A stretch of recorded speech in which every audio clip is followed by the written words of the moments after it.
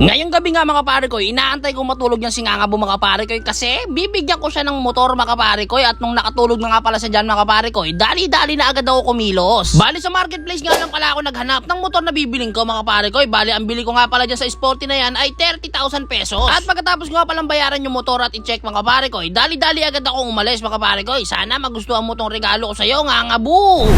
Ngangabo, para sa'yo talaga tong motor na to. Pagising mo ng umaga, may motor ka na. Let's go! Bali, ang ginawa ko nga palang diskarte dyan mga kapare ko, nakipark muna ako sa aking pinsan mga kapare ko. Siyempre, para hindi makita ni Ngangabo sa tapat ng bahay namin, mamaya magtaka yun eh. Maraming salamat sa'yo, cousin.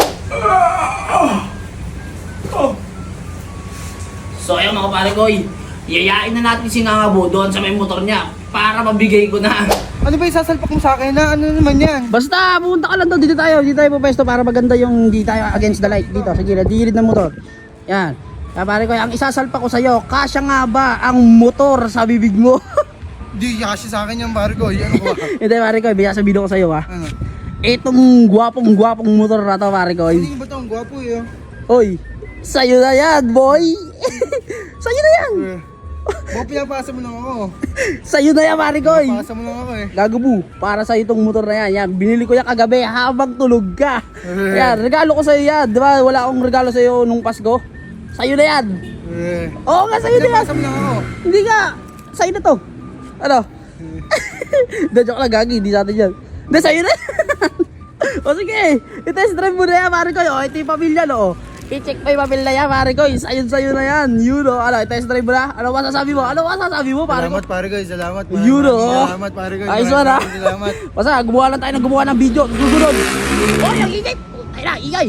Susunod pare ko, meron na tayong kotse no? Simagan lang natin lagi ha. Ayun o, tignan mo naman. Ano, test drive mo na yan. O sige, test drive mo na yan, kakabuyo. Langhapin mo na ang yung bagong motor. Yun o. Tignan nyo naman, puta, naliit sa'yo yung motor, ngangabo at tangkad mo masyado. Tignan nyo naman kung gaano kagwapo yung pare ko yun. Yun o. Masaya. Yun o. Sheesh! Unang start sa bagong motor, ano? Masaya ka naman? Oo, masaya ako pare ko. O pati yun ang ngiti. Yun o. Sige, test drive mo na yan. Yun o. Ayun pare ko yun, tamang test drive na si Ngangabo. Ala, kamusta pare ko? Okay pare ko, quality ah. Parang ganda na ito ah. Siyempre na ba pare ko? Basta, habang tulog ka kagabi, binili ko yan para sa'yo. Yun o. So sige, test drive mo na lang, test drive para sa'yo yan. Siyempre, bibigyan natin ng onting monta dyan mga pare ko. Tingnan nyo naman kung gaano kagwapo yung motor na binigay ko kay Ngangabo. Grabe, gwapings! So ayun mga pare ko, no, habang tinitest drive ni Ngangabo, mag-outro na ako.